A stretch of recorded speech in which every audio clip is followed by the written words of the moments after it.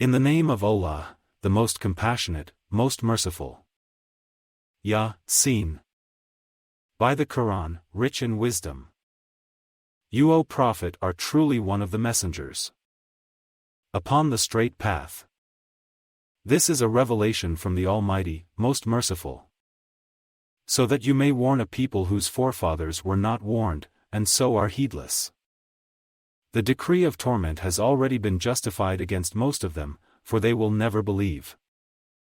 It is as if we have put shackles around their necks up to their chins, so their heads are forced up, and have placed a barrier before them and a barrier behind them and covered them all up, so they fail to see the truth. It is the same whether you warn them or not, they will never believe. You can only warn those who follow the reminder and are in awe of the most compassionate without seeing him.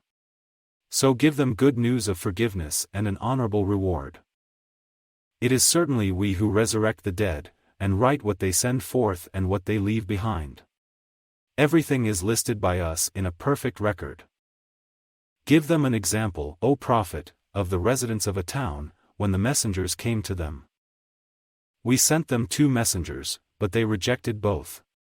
So we reinforced the 2 with a third, and they declared, "We have indeed been sent to you as messengers."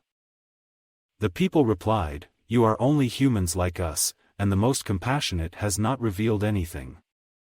You are simply lying."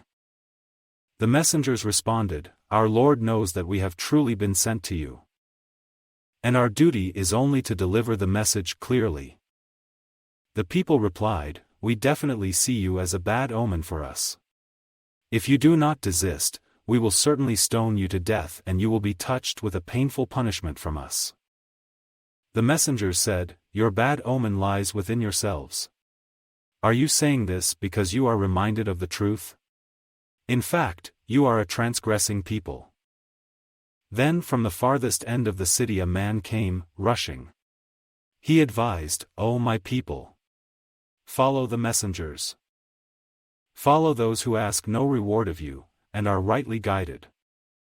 And why should I not worship the one who has originated me, and to whom you will be returned? How could I take besides him other gods whose intercession would not be of any benefit to me, nor could they save me if the most compassionate intended to harm me? Indeed, I would then be clearly astray. I do believe in your Lord, so listen to me." But they killed him. Then he was told by the angels, "Enter paradise." He said, "If only my people knew of how my Lord has forgiven me, and made me one of the honorable." We did not send any soldiers from the heavens against his people after his death, nor did we need to. All it took was one mighty blast, and they were extinguished at once. Oh pity, such beings! No messenger ever came to them without being mocked. Have the deniers not considered how many peoples we destroyed before them who never came back to life again? Yet they will all be brought before us. There is a sign for them in the dead earth, we give it life, producing grain from it for them to eat. And we have placed in it gardens of palm trees and grapevines, and caused springs to gush forth in it, so that they may eat from its fruit, which they had no hand in making. Will they not then give thanks?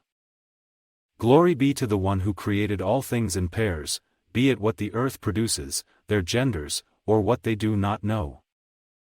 There is also a sign for them in the night, we strip from it daylight, then, behold, they are in darkness. The sun travels for its fixed term. That is the design of the Almighty, all-knowing. As for the moon, we have ordained precise phases for it, until it ends up like an old, curved palm stalk. It is not for the sun to catch up with the moon, nor does the night outrun the day. Each is traveling in an orbit of their own. Another sign for them is that we carried their ancestors with Noah in the fully loaded ark, and created for them similar things to ride in. If we willed, we could drown them, then no one would respond to their cries, nor would they be rescued, except by mercy from us, allowing them enjoyment for a little while. Still they turn away when it is said to them, "Beware of what is ahead of you in the hereafter and what is behind you of destroyed nations, so you may be shown mercy." Whenever a sign comes to them from their Lord, they turn away from it. And when it is said to them, "Donate from what Allah has provided for you," the disbelievers say to the believers, "Why should we feed those whom Allah could have fed if He wanted to? You are clearly astray." And they ask the believers, "When will this threat come to pass, if what you say is true?" They must be awaiting a single blast, which will seize them while they are entrenched in worldly disputes. Then they will not be able to make a last will, nor can they return to their own people. The trumpet will be blown a second time, then, behold, they will rush from the graves to their Lord. They will cry, "Woe to us! Who has raised us up from our place of rest?" This must be what the Most Compassionate warned us of. The messengers told the truth. It will only take one blast, then at once they will all be brought before us. On that day no soul will be wronged in the least, nor will you be rewarded except for what you used to do. Indeed, on that day the residents of paradise will be busy enjoying themselves. They and their spouses will be in cool shade, reclining on canopied couches. There they will have fruits and whatever they desire. And peace will be their greeting from the merciful Lord. Then the disbelievers will be told, "Step away from the believers this day, O wicked ones. Did I not command you, O children of Adam, not to follow Satan, for he is truly your sworn enemy, but to worship me alone? This is the straight path. Yet he already misled great multitudes of you. Did you not have any sense? This is the hell you were warned of. Burn in it today for your disbelief. On this day we will seal their mouths, their hands will speak to us, and their feet will testify to what they used to commit. Had we willed, we could have easily blinded their eyes, so they would struggle to find their way. How then could they see? And had we willed, we could have transfigured them on the spot, so they could neither progress forward nor turn back.